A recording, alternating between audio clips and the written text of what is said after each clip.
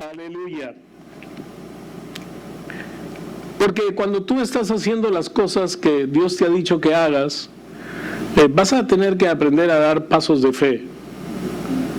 Porque cuando tú comienzas a caminar en las cosas que Dios te ha dicho que hagas, aunque al principio parezcan duras, difíciles, de repente que no van a salir o algo por el estilo, la verdad es que si es Dios el que está detrás, todo va a ir bien. Y es por esto que cuando tú no haces las cosas como Dios quiere que las hagas, te va a doler. ¿Por qué? Porque en cualquier momento, tarde o temprano, vas a comenzar a pagar el precio de la desobediencia. Porque hay un precio que pagar. La Biblia dice, ¿no? No os engañéis, Dios no puede ser burlado. Gálatas lo dice. No os engañéis, Dios no puede ser burlado. Todo lo que el hombre siembre, eso cosecha. Si siembra para la carne, de la carne segará corrupción y muerte. Si siembra para el espíritu, del espíritu cosechará vida eterna. Punto. Es tan claro como el agua. No hay forma de cosechar bendición si haces las cosas mal. No hay forma de caminar en la bendición de Dios si no estás caminando en la palabra, si no estás caminando como Dios quiere que camines.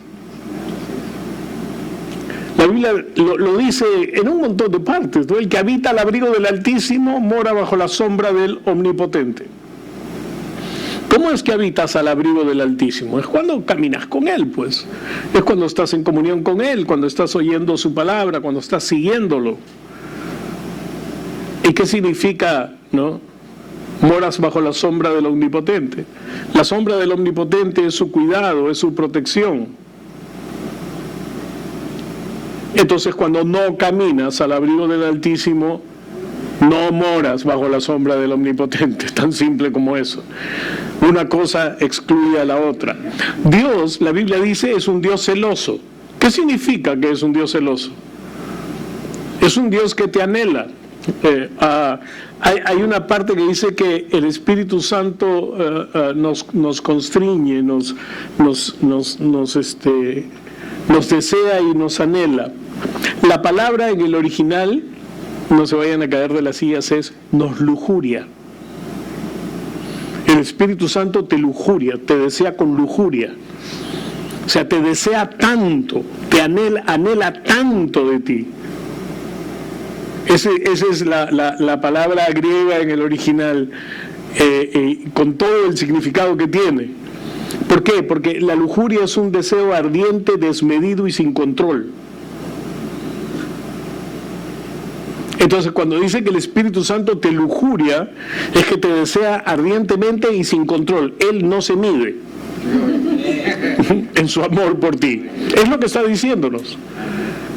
Y entonces, cuando estamos viendo esto, tenemos que entender qué significa que cuando tú caminas con Dios o no haces caso a Dios, algo vas a cosechar, bendición o muerte. Entonces, no hacer caso a Dios duele. En Isaías, capítulo 55,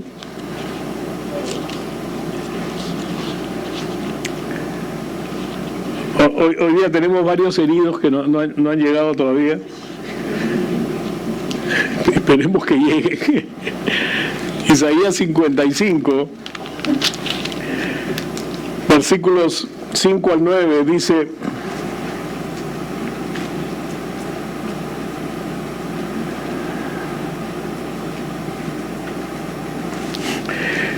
perdón,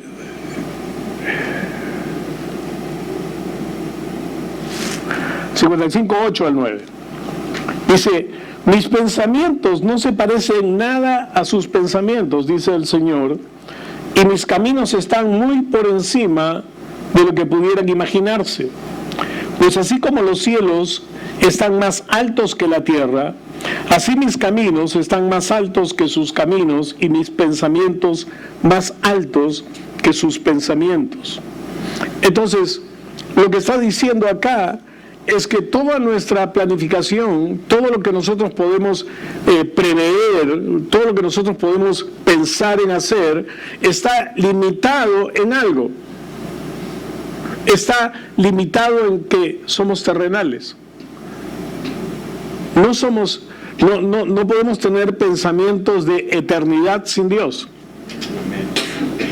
Entonces nuestros pensamientos están sujetos al tiempo, a la temporalidad y a las cosas del futuro que no conocemos. Entonces por eso es que nuestros pensamientos son más bajos que sus pensamientos. Hay gente, hay personas que son grandes pensadores y marcan ciertas cosas en la historia y en la sociedad. ¿Cuántos de ustedes alguna vez han hecho un geneograma? No completo. ¿Cuántos han terminado un geneograma? A mí me encanta hacer el geneograma. Y en el geneograma siempre salen frases. Sale la foto de alguien, de un político, de un escritor, de un personaje importante, internacional, sea de la cultura moderna o antigua, cualquiera sea, y sale una frase que dijo. Y cuando yo completo esas frases, siempre pienso, eso es pensamiento limitado y terrenal. Salvo, porque hay algunas excepciones, que cada vez que ponen una frase de Víctor Hugo, colocan un proverbio.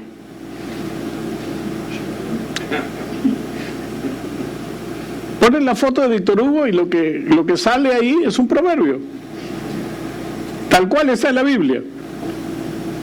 Ahora, yo he leído solamente un libro de Víctor Hugo y no he encontrado nada de eso, pero lo cierto es que me parece muy sintomático que este hombre haya estado citando proverbios y que la gente saque los proverbios de la boca de Víctor Hugo y no se dé cuenta que están en la Biblia. Yo una vez les he mandado una carta a los del comercio. Las frases que ponen de Víctor Hugo son proverbios de la Biblia y les he dado las citas. Porque no es justo que se las chanten a él cuando no es él el que las dijo, ¿no es cierto? Porque es sabiduría de lo alto, no es sabiduría terrenal. La sabiduría terrenal, la Biblia dice, le da dos calificativos. ¿Cuáles son? Es animal y diabólica. Ahora, suena fuerte que diga que la sabiduría terrenal es animal, pero se refiere al ánima o al alma. La palabra que el original es súquitos, que significa del alma, es decir, es sabiduría dirigida por el alma. Es animal y es diabólica. ¿Por qué? Porque no proviene de Dios, pues. Y lo que no proviene de Dios, el diablo lo usa para alejarnos de los caminos de Dios. Es por esto que no hay una sola persona que pueda tener las soluciones para un país o para una región, para una ciudad, para una iglesia. No hay ninguna persona que pueda tener una sabiduría tal que pueda dirigir a todos sin ninguna falla. Solo Dios. Y hay algunos ejemplos en la Biblia que nos muestran cómo cuando la gente que ha recibido una dirección de Dios comienza a seguir sus caminos, se estrella. Y vamos a ver algunos. Elí y sus hijos en 1 Samuel.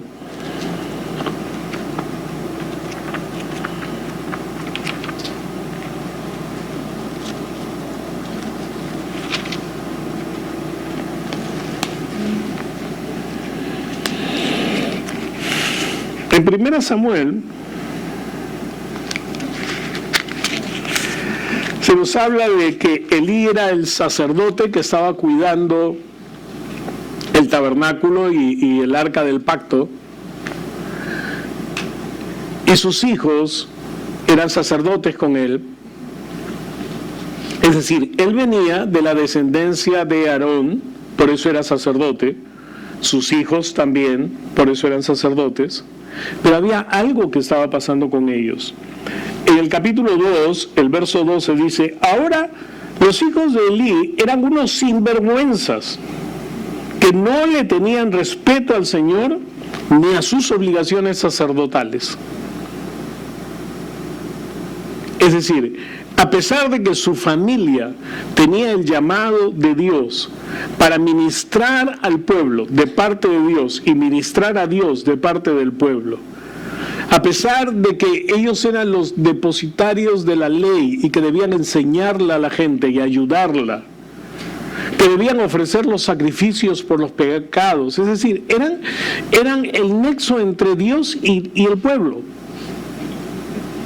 Y dice que eran tan sinvergüenzas que no tenían respeto del Señor ni de sus obligaciones sacerdotales.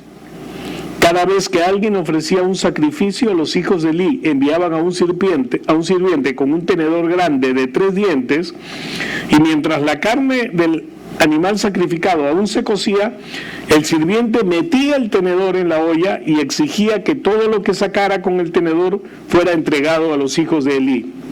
Así trataban a todos los israelitas que llegaban a Silo para adorar. Ahora quiero decirles esto. Todos los sacerdotes tenían derecho a comer de la carne que se sacrificaba o que se ofrecía, que se cocía para el Señor. Pero tenían que dejar que se cociera completamente. No podían tomarla antes. Ellos la tomaban para hacer lo que querían hacer. Y entonces dice en el verso 17, así que el pecado de estos jóvenes era muy serio ante los ojos del Señor, pues trataban las ofrendas del Señor con desprecio. Pero Samuel, aunque era solo un niño, servía al Señor. Acá está la contraparte. Y vestía una túnica de lino como la del sacerdote. En el verso 22 dice, ahora bien, Elí era muy viejo, pero estaba consciente de lo que sus hijos hacían al pueblo de Israel. Por ejemplo, fíjense bien, sabía que sus hijos seducían a los jóvenes que ayudaban a la entrada del tabernáculo. Elí les dijo, he oído lo que la gente dice acerca de las cosas perversas que ustedes hacen. ¿Por qué siguen pecando? Basta, hijos míos. Los comentarios que escucho del pueblo del Señor no son buenos. Si alguien peca contra otra persona, Dios puede mediar por el culpable. Pero si alguien peca contra el Señor, ¿quién podrá interceder? Sin embargo, los hijos de Elí no hicieron caso a su padre, porque el Señor ya había decidido quitarles la vida. Hay otra versión que dice que ellos se acostaban con esas muchachas en la puerta del tabernáculo. Desprecio total por las cosas de Dios. Hay una cosa que tú no puedes hacer, es despreciar a Dios. Es despreciar lo que Él ha hecho en tu vida, es despreciar lo que Él hace en la vida de otros y ensuciarlos. Es maltratar y despreciar las cosas que Dios ha puesto en tus manos como responsabilidad para que tú las cuides.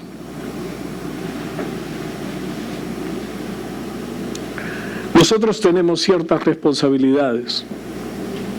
Ustedes tienen responsabilidades. Cada cosa que hay aquí, que no es parte de lo que la universidad nos facilita, pero cada cosa que hay aquí, la hemos comprado con las ofrendas que ustedes han dado. ¿Pero a quién se lo han ofrendado? ¿De quién son las cosas? Del Señor. Mientras estamos en este lugar, nosotros pagamos un alquiler por usar las facilidades, y este lugar se convierte en casa de Dios cuando estamos aquí, y tenemos que cuidarlo.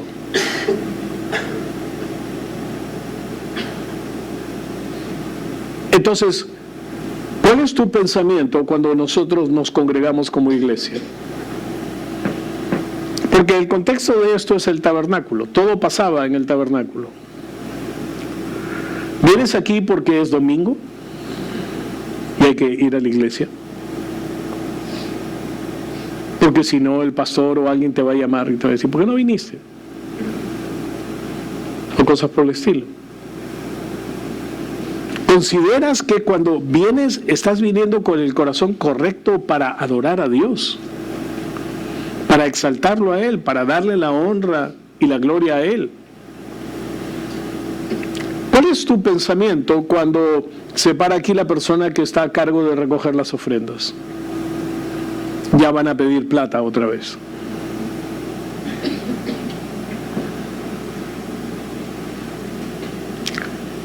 En una oportunidad, una persona había compartido el evangelio con otra señora. Las dos tenían empresas en una ciudad y tenían mucho dinero. Y entonces esta señora que había ganado a su amiga le estuvo enseñando las primeras cosas de la palabra, todo, y le enseñó acerca del diezmo y el diezmar y todo.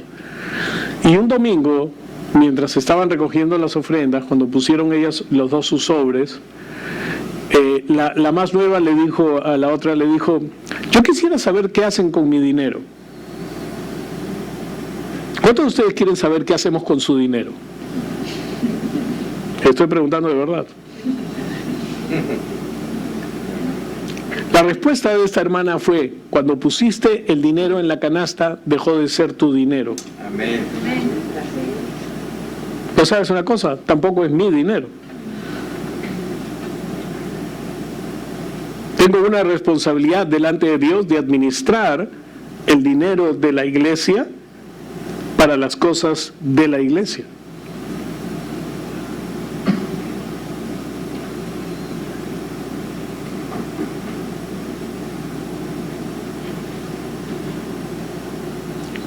¿Estamos aquí? Cuando estamos haciendo diferentes cosas, estamos haciéndolas para la gloria de Dios. ¿Amén? Hemos planificado un viaje a Pucallpa y uno a Arequipa en las mismas fechas. Los cupos ya se cerraron, ya la gente ya está completa. Sí, ya no hay más, ¿no? Para Arequipa. Para Arequipa sí, ya. Entonces, ¿por qué lo hacemos? ¿Que queremos mantenerlos ocupados? ¿Que queremos que de alguna manera comiencen a dar dinero para nuestro beneficio? De ninguna manera. Lo que queremos es bendecir a la gente. Es por eso que hemos pedido regalos y hemos pedido cosas para poder llevarles un gesto de amor para que puedan tener sus oídos dispuestos a escuchar la palabra de amor, que es lo más importante. Cuando tú piensas que la iglesia es el negocio de los pastores, quiero decirte que yo he tenido negocios y este es un mal negocio.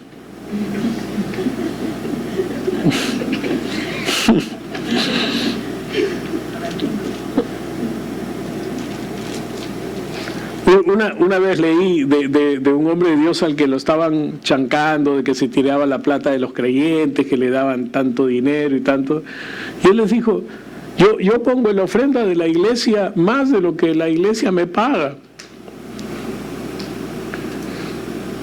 Porque él tenía otros ingresos. Pues ¿saben qué? La gente que busca chancar a los predicadores y sobre todo a los más conocidos, a los que mueven más dinero, que buscan chancarlos y que ponen ahí, mira la casa que tiene y mira esto y mira el otro, aquí y allá, no se ponen 2 minutos a pensar el costo del ministerio. Una vez alguien sacó una foto de la casa de Kenneth Copeland, una casota, ¿sí? Pero una casota. No era una casa grande, era un caserón. Que así vive Kenneth Copeland del dinero que tú le das.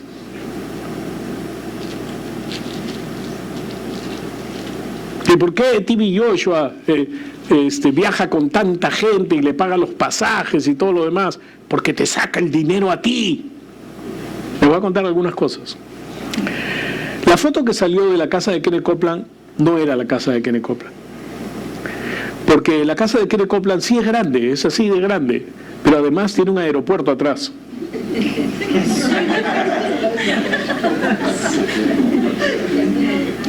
Porque tiene 5 aviones de diferentes alcances. Tiene un avión que puede cruzar el Atlántico de un solo viaje. Para eso se necesita un avión muy potente, con un buen motor, con gran rendimiento, es decir, un avionzazo. Pero ¿cómo puede ser que puede tener tanto y eso del otro? ¿De dónde saca la plata? Bueno, te voy a decir una de las formas como Kenneth Copeland gana dinero. Pide ofrendas. No. ¿Le dan ofrendas? No. Hace años él compró un terreno en Texas. Y cuando hicieron un hueco para hacer unas bases de unas cosas que iban a hacer ahí, encontraron petróleo.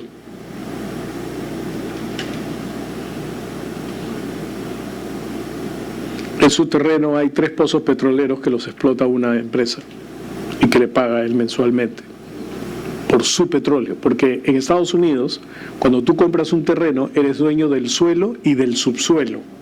En el Perú no. En el Perú solo eres dueño del suelo. Del subsuelo es el Estado, que viene y te quita tu terreno para poder explotar su subsuelo. Pero en Estados Unidos no, pues. Entonces él entró en negocios con una empresa y esa empresa le paga mensualmente un montón de plata, como ustedes comprenderán. Aparte de eso, los libros que él escribe y publica también le dan una renta. Cuando él vino al Perú, vino en su avión, vino con gente, los alojó en un hotel, él pagó la cuenta de ellos, toda la cuenta. No permitió que le dieran nada y dejó una ofrenda de $50,000. ¿Dónde está el negocio? TV Joshua se vino desde el África con un avión fletado, con un montón de gente. Estaba en una reunión con unos pastores y quedó mirando a uno y le dijo: hermano, ¿tú qué es lo que haces? Estoy haciendo esto, pastor. Y tú estás mirando por una propiedad, ¿cierto? Sí. Ok. Pidió que le entregaran su chequera y le giró $500,000. ¿Dónde está el negocio?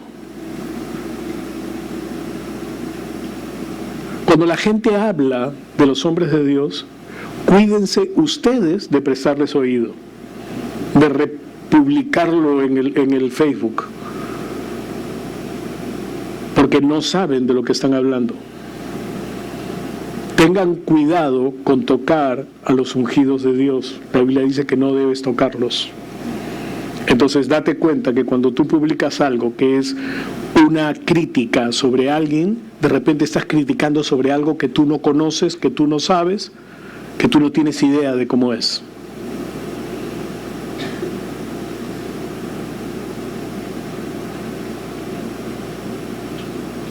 No importa qué tan espiritual te parezca la persona que lo ha publicado.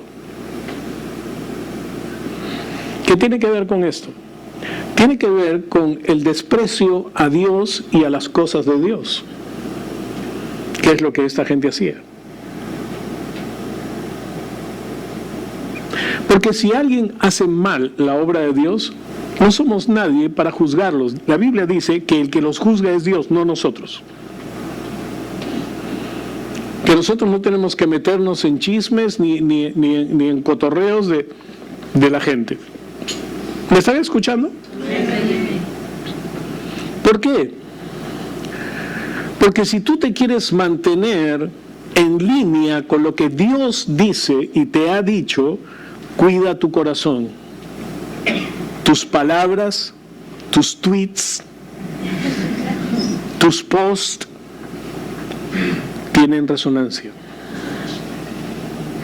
¿Y sabes qué? Se quedan dando vueltas en la nube. En cualquier momento cualquiera puede bajarlas, cualquiera puede leerlas, cualquiera puede escucharlas. No te permitas esas cosas. ¿Por qué? Porque cuando tú no estás haciendo las cosas de Dios, te va a doler a ti, no a ellos, a ti. Si ellos usan mal el dinero, es asunto de ellos, delante de Dios. Si yo uso mal el dinero, Dios me va a sacar cuentas a mí. Si tú usas mal el dinero que Dios te da a través de tu trabajo, de tu empresa, de tu negocio, también Dios te va a sacar cuentas a ti. ¿Por qué siempre señalamos y no nos miramos a nosotros mismos? Decimos, ¿por qué se gastan la plata en esto? ¿En qué gastas tu plata tú? ¿Ah? No, es que es mi dinero, yo lo trabajo, yo lo gano. No, no es tu dinero, es lo que Dios te da a ti. ¿Recuerdan cuál fue la ofrenda de David al templo? Fueron millones de dólares en oro, plata, telas y un montón de cosas. Millones. ¿Cuál fue su oración? De lo recibido de tu mano, te damos. Si un hombre sin el Espíritu Santo en su corazón, tenía la unción sobre, pero no en. Si un hombre sin haber nacido de nuevo tenía esa percepción de las cosas materiales, ¿cuál es tu percepción? Porque juzgan a un siervo ajeno. ¿Cuántos tienen frío? Amén, qué rico, ¿no? Es más rico que el calor, hermanos, se los aseguro. Es preferible sentir un poquito de frío y abrigarse que tener calor y no desabrigarse. No les voy a dejar que se desabriguen. Pero también tenemos otro ejemplo. En Jueces, capítulos 13 y 14.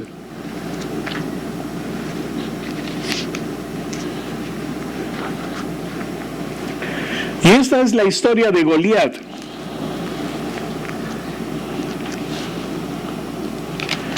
Goliat es un personaje un poco ambiguo, porque algunos lo leen y dicen, no, este pecador gigante, ¿no? O sea, fuerte, todo, pero un pecador tremendo, esto que el otro, aquí y allá. Sí, pero Goliat tiene la doble cara. Fue un hombre llamado por Dios, escogido por Dios, ungido por Dios, separado por Dios, pero que caminó como le dio la gana, pero al final hizo lo que Dios le dijo que hiciera desde el principio, y que hubiera podido hacer mucho más, hubiera podido lograr mucho más. Su vida de pecado le impidió llegar al propósito final de Dios para su vida. Dios había dicho que él tenía que ser un hombre con un voto nazareo. El voto nazareo significa que no se cortaba el pelo, no iba a tomar ningún producto de la uva, ni vino, alcohol, nada, y no podía tener sexo con mujeres que no fueran su esposa, no podía fornicar. Eran 3 normas del voto nazareo. Las 3 se las llevó por delante. En primer lugar, solo tenía ojos para las mujeres. Primero estuvo con una y lo engañó, y después fue con otra, y al final terminó con Dalila, que era una prostituta. Y era una mujer que ni siquiera no era ni siquiera judía.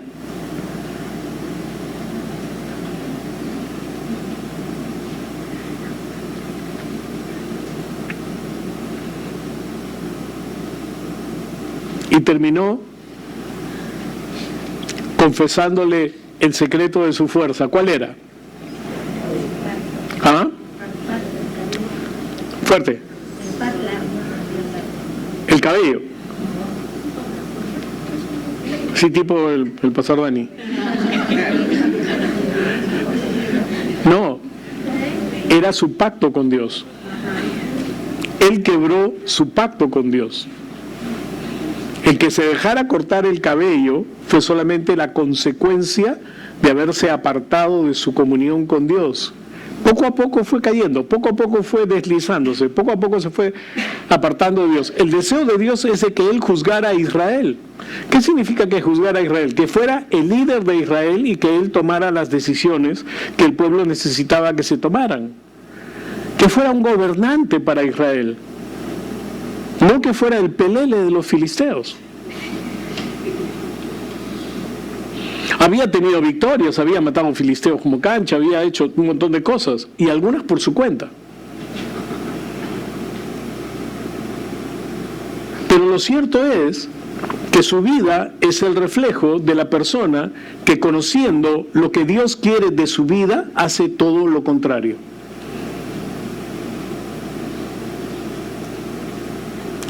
Su acto final es un reconocimiento de que era lo que Dios quería que hiciera, pero terminó con su muerte.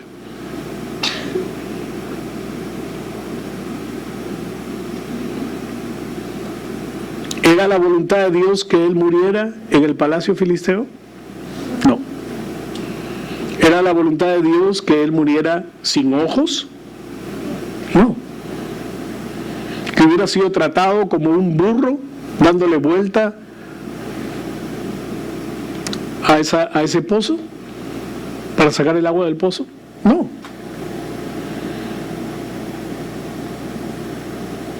Hay gente que trabaja duro, se esfuerza un montón, hace un montón de cosas, todo por su cuenta, sabiendo que Dios tiene algo para ellos, que Dios les ha marcado un camino, comienzan a hacer las cosas al revés y luego quieren que Dios los bendiga. Porque no hacer las cosas como Dios quiere duele, hermanos.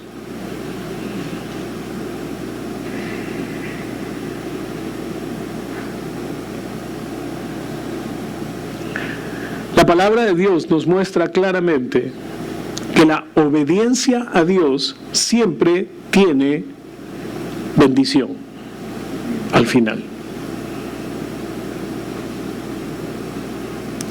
La Biblia dice que Jesús, por lo que sufrió, aprendió obediencia.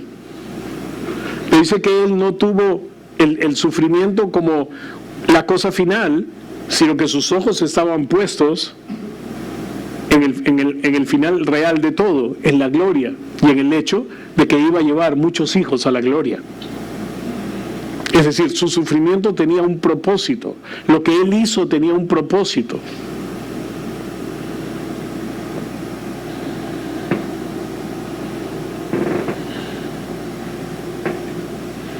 Tenemos que entender que el camino de Dios es un camino mejor. Es un camino de bendición. Samuel, cuando estaba llegando al final de sus días, él dijo: yo he servido a Dios. Ahora ustedes escojan a quién van a servir. Si van a servir a los Baales, si van a servir a los dioses ajenos, o si van a servir al Señor. Ustedes lo tienen que escoger. Pero yo y mi casa serviremos al Señor. ¿Y saben qué? Él estaba bien viejo. Ya estaba muy viejito. Pero tenía una decisión hecha desde su juventud. Yo sirvo al Señor. Él fue llevado de niñito al tabernáculo. Se crió con Elí, el hombre que había criado a dos tarados sinvergüenzas que habían mancillado la honra de Dios. Él se crió con ellos. Él era el chiquillo que hacía los mandados en el templo. Él los escuchaba, él los veía, él sabía lo que hacían. Pero se quedaba ahí en la puerta del templo orando. Cuando Dios lo llamó, le dijo: Samuel. Él fue de frente donde el sacerdote Elí le dijo: ¿me estás llamando? Su referencia de Dios era un sacerdote que se portaba como un impío, porque permitió que sus hijos, a pesar de que los resondró, no tuvo corazón para disciplinarlos. No lo sacó del sacerdocio. No tuvo una acción dura. No le dijo, no vas a seguir haciendo esto porque estás mal. Quiero que te corrijas. Algunas veces nosotros hacemos esto con la gente. Decimos, no vas a seguir haciendo esto. Queremos que tomes tiempo con Dios, queremos que ores, queremos que te reencuentres bien con Dios, queremos que te reenfoques. Y lo hacen. Y gloria a Dios. Pero Él no lo hizo. Él los dejó que siguieran haciendo lo que hacían. Samuel los veía, pero no siguió sus caminos. Es más, Dios lo volvió a llamar y le dijo, Samuel, y él volvió a ir donde Elí. 3 veces lo hizo, hasta que Elí se dio cuenta, por fin se le chispó la vida y le dijo, si te llama otra vez, dile, habla Señor, tu siervo oye. Y cuando lo volvió a llamar, él le dijo eso al Señor. Y el Señor le dijo en lo que iba a terminar la familia de Elí. Sus 2 hijos morirían el mismo día y el padre también. Y cuando él se lo dijo a Elí, Elí le dijo, bueno, si es lo que Dios quiere que lo haga. Estaba totalmente suelto de la voluntad de Dios. Nadie decía que tenía que aceptar eso. Él podía arrepentirse y te aseguro que si él se arrepentía, Dios lo perdonaba. Dios perdonó al peor rey de Israel. La Biblia dice que ese rey fue el peor de Israel. Y cuando el profeta vino y le dijo, esto es lo que va a pasar contigo, él se arrepintió. Y Dios lo perdonó. Y lo libró de ese final tan terrible. ¿Qué iba a pasar con Elí? Dios lo iba a perdonar. Pero Elí no se arrepintió. Dijo simplemente que sea como Dios quiera. Pues. Si Dios quiere así, así será. Punto. Estaba totalmente suelto de las cosas de Dios. Samuel no. Samuel se mantuvo. Si tú lees toda la historia de Samuel, tú ves un hombre íntegro con Dios. Y es por eso que les dice al final, elijan a quién van a servir. Yo y mi casa vamos a servir a Dios. Ustedes hagan lo que quieran. Así es. Amén. Entonces, no hacer caso a las cosas de Dios duele. Le dolió a Goliat, le dolió a Elí, le dolió a sus hijos. Sus nietos lo sufrieron. Su nuera murió dando a luz. Y le puso a su hijo un nombre terrible. Icabod. La gloria de Dios ha sido quitada.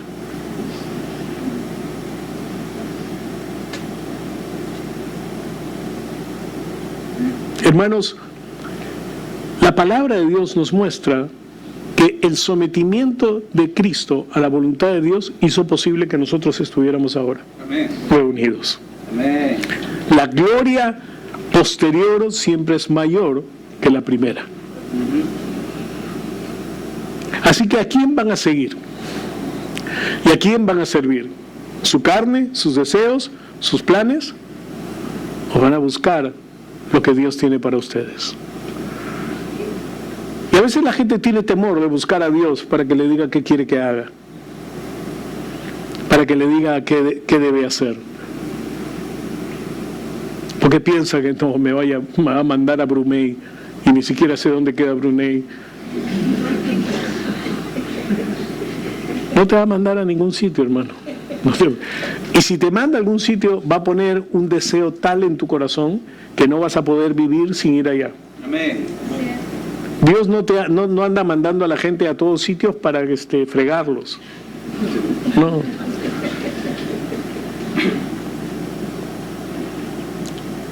Pero pastor, hay lugares que son tan difíciles, así es.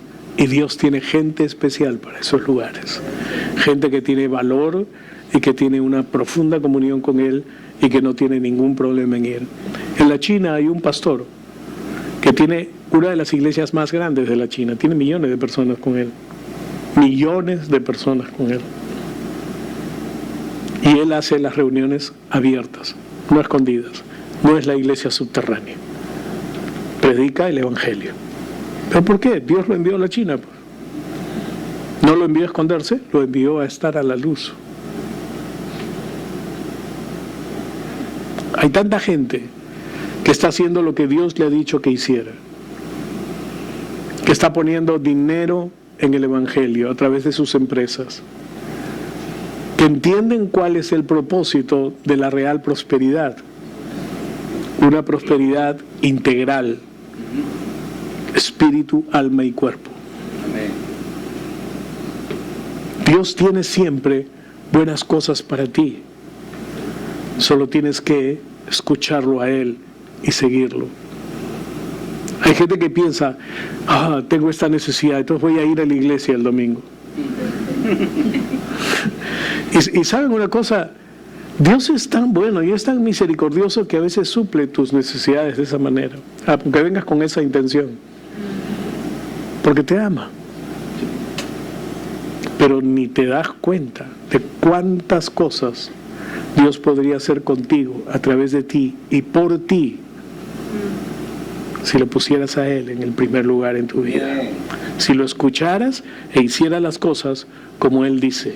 Porque así como es verdad que cuando no haces las cosas como Él dice, duele, cuando haces las cosas como Él dice, es bendición, es incremento. Amén. Es el amor de Dios en manifestación. Amén. Hay gente que anda diciendo que el favor de Dios, que la gracia de Dios es tan grande que no importa si tú pecas. Sí importa, hermano. Está en la Biblia, te lo acabo de mostrar. Sí importa. Los hijos de Elí son una demostración. Elí mismo es una demostración. Sansón es una prueba. David es una prueba. Cada hombre de Dios ha tenido bendición y pruebas en su vida en las que fallaron. Y es una prueba cómo es que Dios, en su amor, a pesar de que las consecuencias de sus errores han venido a ellos, Él los ha guardado hasta el final.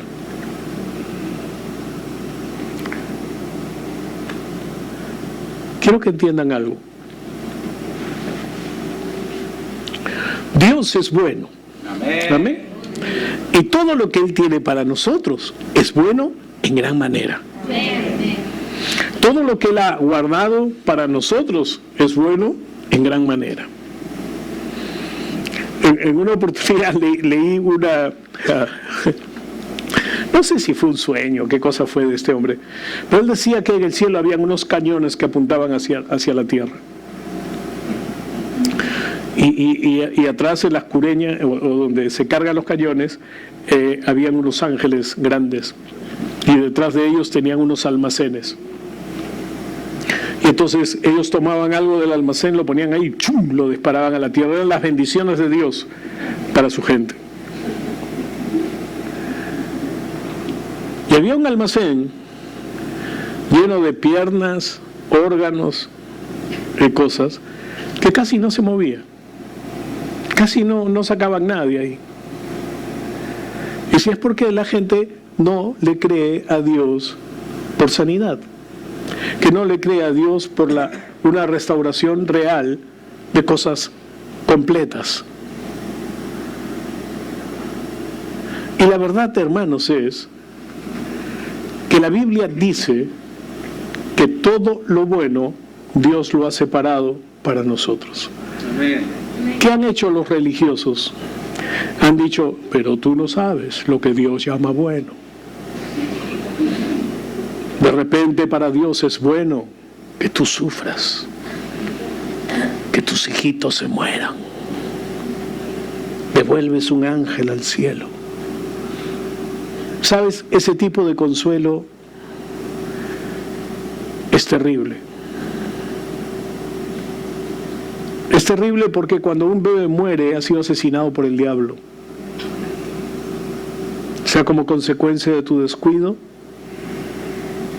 o ataques directos de él. Pero nunca de Dios. Amén. Nunca de Dios.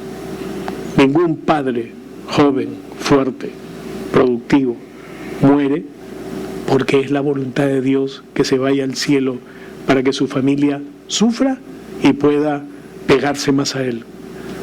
¿Cómo? Ese no es el Dios de la Biblia. Así es. Ese no es mi Padre. Dios tiene lo bueno para nosotros. Con larga vida te satisfaceré. ¿Cuánto es larga vida? ¿Cuántos años tiene tu padre, Lili? 7. ¿Cuánto? 83. 83. ¿Tú cuántos años tienes? 80. 80. Todavía le faltan 40 años por vivir. Así es. Amén.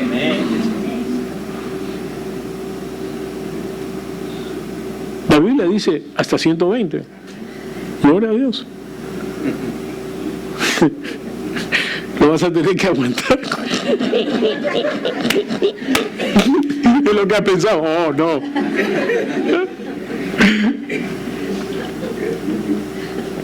Pero es la verdad. Pero tú lo puedes creer o no, ese es tu asunto, está en la Biblia, se acabó. Así es. Es lo que Dios ha dicho. ¿Le crees o no? Es tu asunto. Tú recibes lo que tú crees, conforme a tu fe, conforme a la confianza de tu corazón en Dios, en su poder, sabiduría y bondad, te será hecho.